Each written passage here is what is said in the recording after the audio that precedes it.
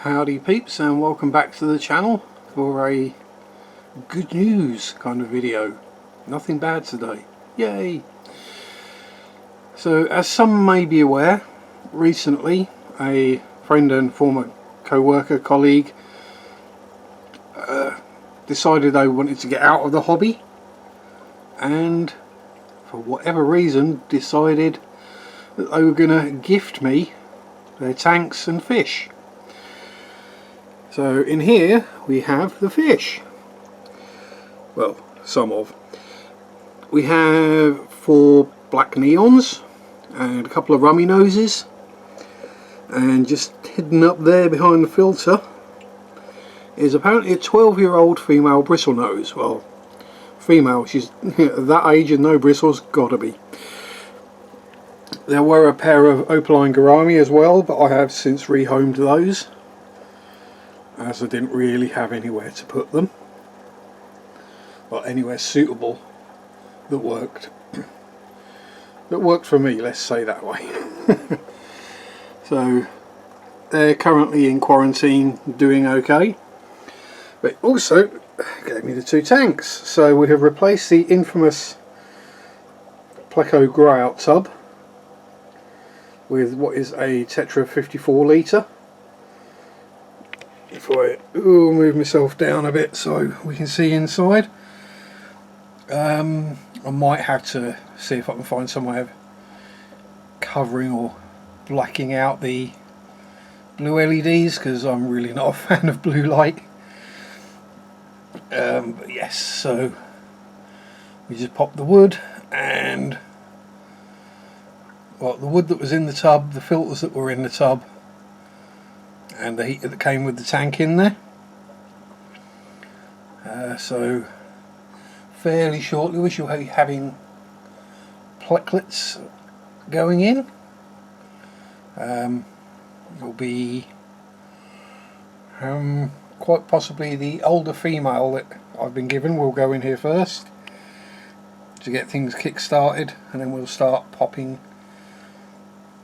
smaller amounts, maybe a netful at a time, 20 or 30 plecklets in there over the course of weeks, once a week, and just get the numbers up until we've got the full 100 in there.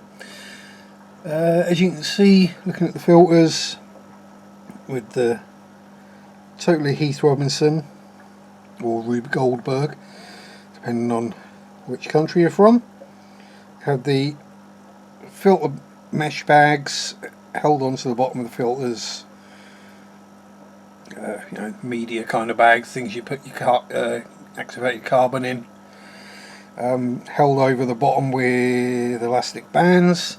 That's because the slots in these Marina filters are fairly large, and bristlenoses like to investigate slots they can get into, and they tend to get somewhat minced when they do, which we want to avoid because we want to make money out of these.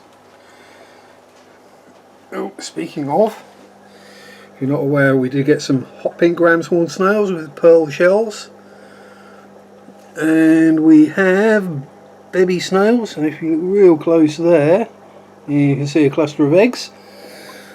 So we shall be growing pink snailos. I've actually got one that's showing their colours in the shot, and hopefully breeding those and selling. And as we come past fat loaches, photobombing acaras. If you've seen my short, you've already seen this, but while we're here it makes sense to have a look. So we have a Zis breeder box, which is currently home to 60 odd mollies and 100 odd baby plecos. Probably a bit much for one breeder box, but hey ho. I'll soon be moving over, because I'm pretty sure there's maybe another week until Spotty and Bertie are due to get it on again. And we'll come around this way. Dun dun dun. Ooh. So here we have a Lovefish panorama on its stand, the 64 litre variety. I already had the 40. This was the other tank I got given free, along with the stand, which I did repaint the stand black so it fits in with the rest of my decoration, vibe, theme, etc. And it came with the uber posh Fluval heater, and as you may be able to see from the big pipey bits going in here, it came with a canister filter as well. The light was on the way out, so I did have to replace the light, but I got that from Pets at Home for £14, so with vouchers and whatever taken off, it was less.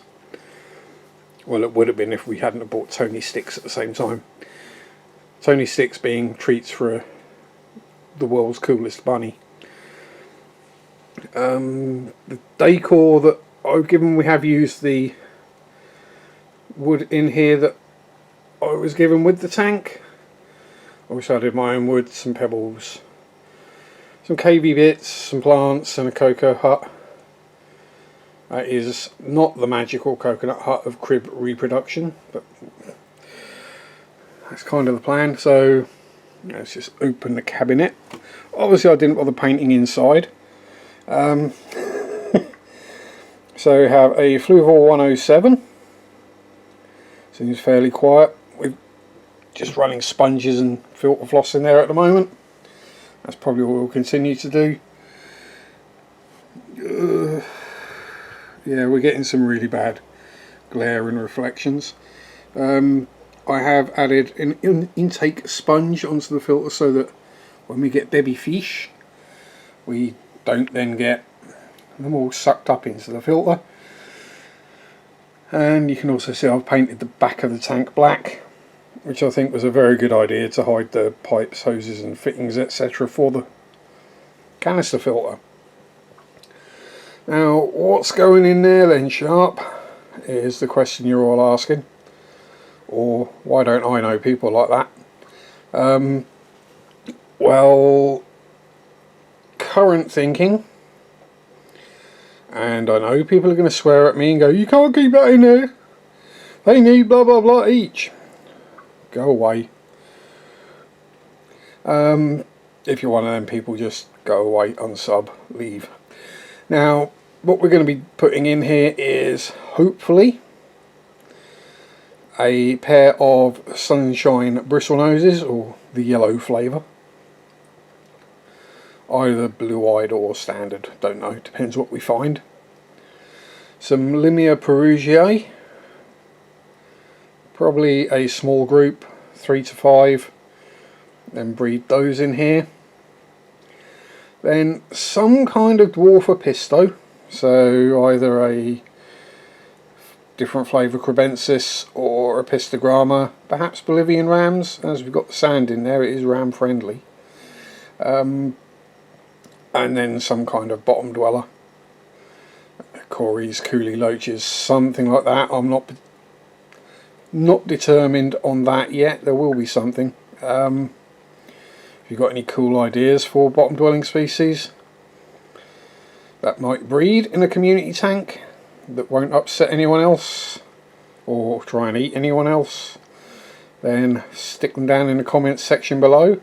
If you've got anything else to say, stick it down in there. What's the worst that can happen? I delete the comment. You know, it's my right. Yeah, so comments, blah blah blah. Don't forget the usuals, the like, comment, subscribe. We will also be having, depending on the order I put the videos up,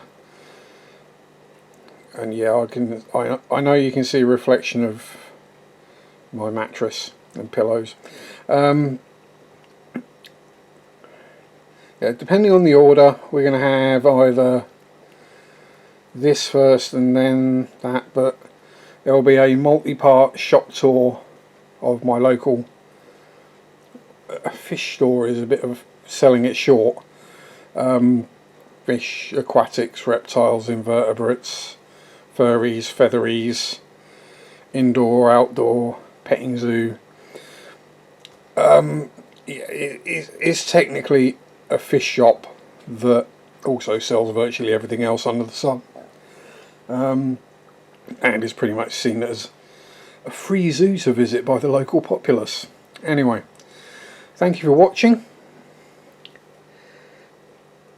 And no, I haven't got a red light. The sun's shining through red curtains. Enjoy your hobby. Peace out. Rock on. Bye bye.